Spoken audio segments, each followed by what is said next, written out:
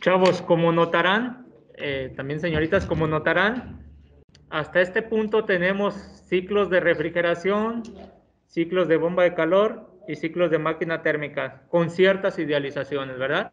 En cada uno de sus dispositivos. ¿Sí? Aunque sean ideales, hasta cierto punto estos ciclos no son los más ideales que se puede encontrar uno en la literatura, ¿verdad? Hay una condición adicional que nos va a marcar o nos va a dar pauta a obtener un ciclo más ideal de lo que ya está, ¿sí? Por eso yo les decía en la clase pasada que todos los ciclos que vamos a manejar en clase son todos ideales o con idealizaciones, pero hay unos más ideales que otros. Entonces, voy a decir lo siguiente. Los ciclos que acabamos de ver con esas idealizaciones para nosotros van a ser ciclos reales, ¿sí? De aquí en adelante va a haber una condición de reversibilidad. Esa condición nos va a causar que nuestro ciclo sea más ideal. Entonces, para nosotros esos ciclos nuevos que van a aparecer van a ser los ideales. ¿Ok? Que quede claro. ¿Va? ¿Sí? Para evitar decir, ah, bueno, yo tengo un ciclo ideal, pero más ideal. No, pues es que como que así ya no. Los puedo confundir, pues, ¿no? ¿Vale? Entonces, los ciclos que vimos para nosotros van a ser ciclos reales, aunque se cuenten con ciertas idealizaciones. ¿Va? Para entender la siguiente idealización, chavos, pues vamos a introducirnos en lo que son procesos reversibles o irreversibles. ¿Se acuerdan de uno de los postulados de la segunda ley con respecto a la dirección de los procesos? ¿Qué decíamos en cuanto a la dirección de los procesos? Sí, decíamos que los procesos en la vida real ocurren en una sola dirección y no en dirección contraria. Difícilmente los podemos llevar en dirección contraria, ¿sí? Entonces, ese tipo de procesos son procesos irreversibles, es decir, que solamente ocurren en una dirección. Entonces, todos los procesos en la vida natural o real, ¿qué tipo de procesos son? Irreversibles, ¿verdad? Si logramos, pues, devolver al proceso a su estado inicial, en ese momento se convierte en un proceso reversible. Y eso es muy idealizado. O sea, diríamos, ay, órale, ¿no? O sea, es como si decir, chavos, que por ejemplo en los automóviles, decir que yo agarro los gases de escape y el calor que se está transfiriendo a través de las paredes, ¿sí? Y la velocidad de las llantas, y la puedo transformar todo eso y regresar y obtener otra vez el combustible. ¿Eso es posible? Pues no, ¿verdad? Imagínense, no, pues si logro eso, la verdad, pues premio Nobel por toda la vida, ¿verdad? Y toda la eternidad. Sí, entonces, Disculpe, profe. sí. ¿Usted de casualidad tiene algún ejemplo que nos pueda dar de un proceso natural, pero que sea como lo más apegado a la reversibilidad? Pues Me surgió la duda. ejemplo, el ciclo, te lo hablo en función del ciclo. El ciclo que se acerca mucho a la idealización es el ciclo Stirling. Ok, El, profe. el ciclo Stirling es un proceso en el que no está constituido por dispositivos como turbinas, compresores, bombas, válvulas, no está constituido así, está constituido por un sistema más bien de pistones émbolo.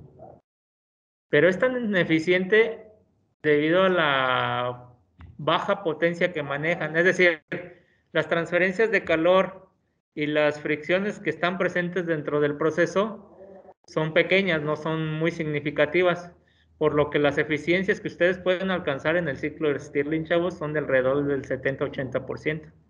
Es una eficiencia pues, muy grande, muy enorme. Pero ¿cuál es la desventaja de ese ciclo? Pues que te ofrece solamente potencias muy pequeñas para generar o para encender, por ejemplo, un LED o algo así. No te puede otorgar más potencia de construirlo. Por ejemplo, un ciclo de Stirling, si ya les dije que está construido, más bien está conformado por pistones émbolos, ¿cómo lo volverían más ideal, chavos? ¿Qué tendrían que hacer? Se necesita como una pared aislada, ¿no? Para que no haya transferencia de calor. Exacto, por ejemplo, construir paredes con mejor aislamiento. Por ejemplo, el pistoncito émbolo ¿Cómo qué tipo de material creen que deberían de construir la pared interna del pistón de émbolo para evitar fricción? ¿Cómo qué tipo de material? Los materiales cerámicos, chavos. Los materiales cerámicos también tienen poca o baja rugosidad. Sí, entonces la fricción que te puede causar entre el pistón y las paredes del pistón, digo, perdón, del cilindro, pues van a ser menores. A eso me refiero cuando pueden optimizar o mejorar los procesos, ¿no? Disminuir esas irreversibilidades que ahorita las vamos a ver, pues, ¿no? A lo mejor no se acuerdan de eso, pero eso es lo que se busca, disminuir las pérdidas de energía. ¿Va? Entonces, una vez que ya distinguimos entre un proceso reversible y irreversible, chavos, dirían ustedes, profe, pero pues ¿para qué estudio un proceso tan idealizado? Pues bueno, hay dos razones muy importantes. Una, sí, que el análisis termodinámico o de ecuaciones o modelos matemáticos que te resultan van a ser muy simples y fáciles y rápidos de resolver, ¿sí? Y dos, que es un punto de referencia. Son procesos como puntos de referencia hacia donde quisiéramos llegar a construir algo, ¿no? Ahora, fíjense, hemos estado hablando de procesos que entregan potencia o trabajo, que son las máquinas térmicas, ¿sí? Y procesos que consumen trabajo, como son el refrigerador y bomba de calor. ¿Sí? Si yo les preguntara a ustedes, ¿sí? En la máquina térmica, ¿qué quieren? ¿Maximizar o minimizar la potencia de salida? ¿Qué quieren? Maximizar, ¿verdad? La potencia de salida en una máquina térmica, es decir, ese es mi producto, esa es mi salida. Yo quiero maximizar para obtener ganancias. Y en cuanto a calores, ¿qué quieren minimizar ahí en la máquina térmica? ¿Qué quisieran minimizar? Su entrada y también su salida de calor, ¿verdad? Si ven, desde ese punto de vista, desde ese enfoque, chavos, necesito que empiecen a ver las cosas o los procesos que vamos a ver de aquí en adelante. Si yo quiero maximizar o minimizar parámetros, ¿verdad? Dependiendo, pues, de las utilidades o de las ganancias que yo requiera. Ahora, en un refrigerador o bomba de calor, la potencia, ¿la quiero minimizar o maximizar? Minimizar, ¿por qué? Es un costo que yo estoy teniendo el consumo eléctrico. Entonces, entre menos energía eléctrica yo consuma, es mejor para mí mi proceso. Por lo tanto, yo quiero minimizar la potencia de entrada en la bomba de calor, el refrigerador.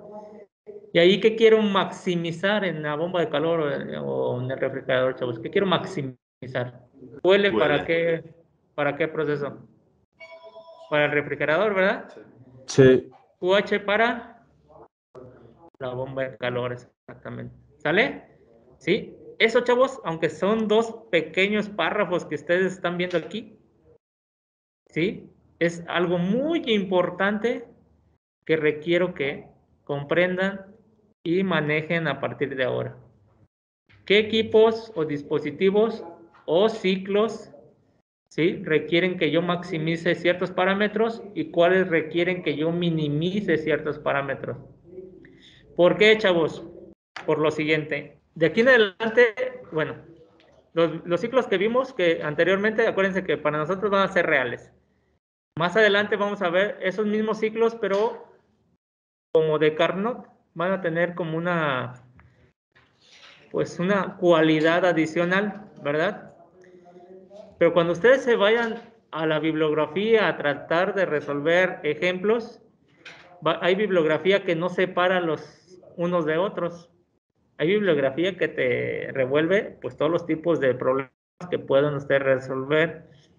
¿Cómo pueden identificar si es un ciclo de Carnot o no? Pues con el tipo de pregunta, chavos. ¿Sí? Los ciclos de Carnot me van a permitir minimizar o maximizar mis parámetros. Porque cuando hable de yo de Carnot, y más adelante lo vamos a ver, me voy a estar refiriendo a que tienen la cualidad de ser reversible. ¿Sí? Más adelante lo van a entender, pero a lo que yo iba es que van a existir problemas donde te pregunten cuál sería, imagínense ustedes, cuál sería la potencia máxima de mi motor Otto. En ese momento el motor Otto lo van a tratar como un proceso real o totalmente idealizado. ¿Cómo lo van a tratar? Porque tú quieres maximizar, ¿sí me entienden? Más adelante lo vamos a discutir más, pero ¿sí ven? Y aún ahí el texto o el contexto no me está diciendo que es Otto, digo, perdón, que es de Carnot, pero la pregunta me hace referenciarlo. ¿Sí ven? A eso me refiero. Hay veces que no nos va a dar la clasificación, la teoría, pero yo tengo que ser capaz de poder clasificarlo y saber cómo lo tengo que resolver. Por eso les estoy platicando de todas estas cosas. ¿Sí? Ahora bien, ¿qué irreversibilidades van a estar presentes en la mayoría de los procesos, chavos? Pues comúnmente son estas 5, y de aparte también les comento que son lo de la compresión libre también. No la pongo ahí, pero también es parte de. La de fricción, pues me imagino que todos se la imaginan, ¿no? Siempre que existe un fluido en movimiento o un roce entre dos cuerpos va a haber fricción, ¿verdad? Expansión libre, chavos, ¿qué es expansión libre? Es, ejemplo, cuando yo tengo un pistón émbolo, ¿sí? Y si yo ese lo comprimo, ¿verdad? Va a llegar a una posición con un volumen menor. ¿A qué se refiere con expansión libre? Que iba a existir una irreversibilidad. A lo siguiente, ¿sí? Este proceso va en este sentido. Cuando yo comprimo, y si yo quito la fuerza de compresión, ¿creen que este pistón vuelva a su posición o altura original? No, ¿por qué? Porque hay fricción, ¿verdad? Y la misma energía ya no va a hacer que el inicio por esas pérdidas o esas irreversibilidades. Sencillo, chavos. O sea, yo no quiero que me respondan otro tipo de cosas, ¿verdad? Simplemente es eso, ¿sí? Y entonces la expansión libre es una irreversibilidad. ¿Por qué? Porque ya no puedes regresar o retornar, perdón, a tu estado inicial. ¿Sí ven? Y por eso, pues si ven, aquí ya está tanto la compresión como la expansión libre. Cuando comprimo, ¿qué hay entre las paredes y el pistón que estoy comprimiendo? Fricción. Y es lo mismo. También en la compresión no es irreversibilidad también porque estoy generando fricción. ¿Sí ven? Bien. Mezclado de dos fluidos. ¿Por qué se dice que es irreversible, chavos? Sencillo. El agua y el aceite, ¿cómo son? Digo, perdón, ¿se mezclan o no se mezclan? No, ¿verdad? Entonces no se mezclan, ¿sí? Pero, por ejemplo, el agua y el azúcar se mezclan y yo de forma natural los puedo separar. No, tengo que tal vez meter un proceso de ebullición o de evaporación, ¿verdad? Pero de forma natural no lo puedo hacer.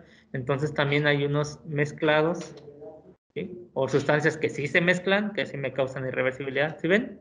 Transferencia de calor, pues es obvio, ¿verdad? ¿Sí? La transferencia de calor, siempre que exista, pues va a ser irreversibilidad. Es decir, estoy perdiendo energía que pudiese transformarse en trabajo. ¿Va? Y reacciones químicas, pues también, chavos.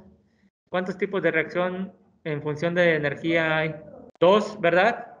Son reacciones endotérmicas y exotérmicas, ¿verdad? Unas necesitan energía, otras liberan energía, ¿sí? Pero aún así no son reversibles, ¿verdad? Es decir, ustedes la reacción de combustión de la gasolina pueden obtener o tomar los productos y volverla a regresar a la gasolina. Pues no, ¿verdad? Todos esos son procesos también que causan irreversibilidad. Para que me entiendan, chavos, toda irreversibilidad es aquel proceso donde yo necesito implementar pues algo adicional para volver a regresar a su estado original. Es decir, que invierto energía de más que pudiese gastar o transformar en trabajo, pero bueno, la voy a gastar para retornarlo a su estado inicial. Si es que se puede, ¿verdad? ¿Sale? Ahora, chavos, también esto que viene a continuación es muy importante. ¿Sí?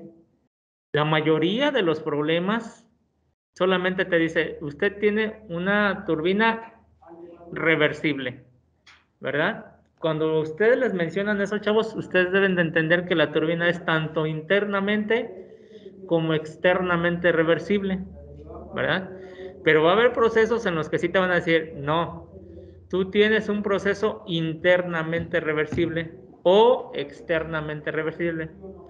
Por ejemplo, los ciclos de potencia que vimos o los ciclos de refrigeración o de bomba de calor que vimos, comúnmente son internamente reversibles.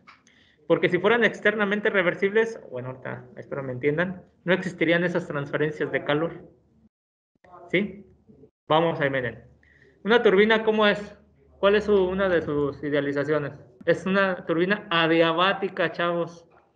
Eso significa que la turbina no va a transferir calor hacia el ambiente o del ambiente hacia la turbina. ¿Están de acuerdo? ¿Sí? Entonces, otra manera de decir que es una turbina adiabática es cuando yo les diga es una turbina externamente reversible. ¿Sí? ¿Sí lo entienden o no? Con confianza.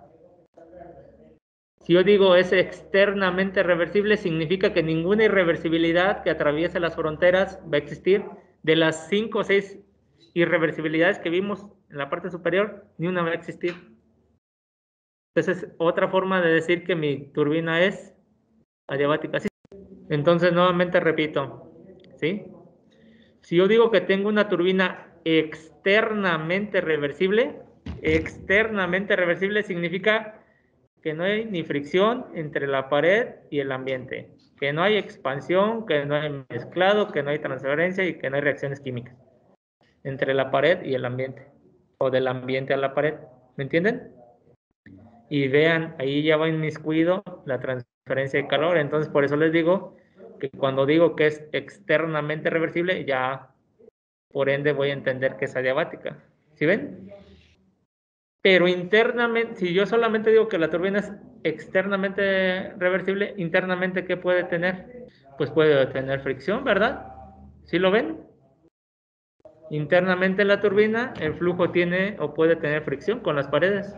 Ahora, al revés, si yo digo que mi turbina es internamente reversible, ¿al interior va a haber irreversibilidades?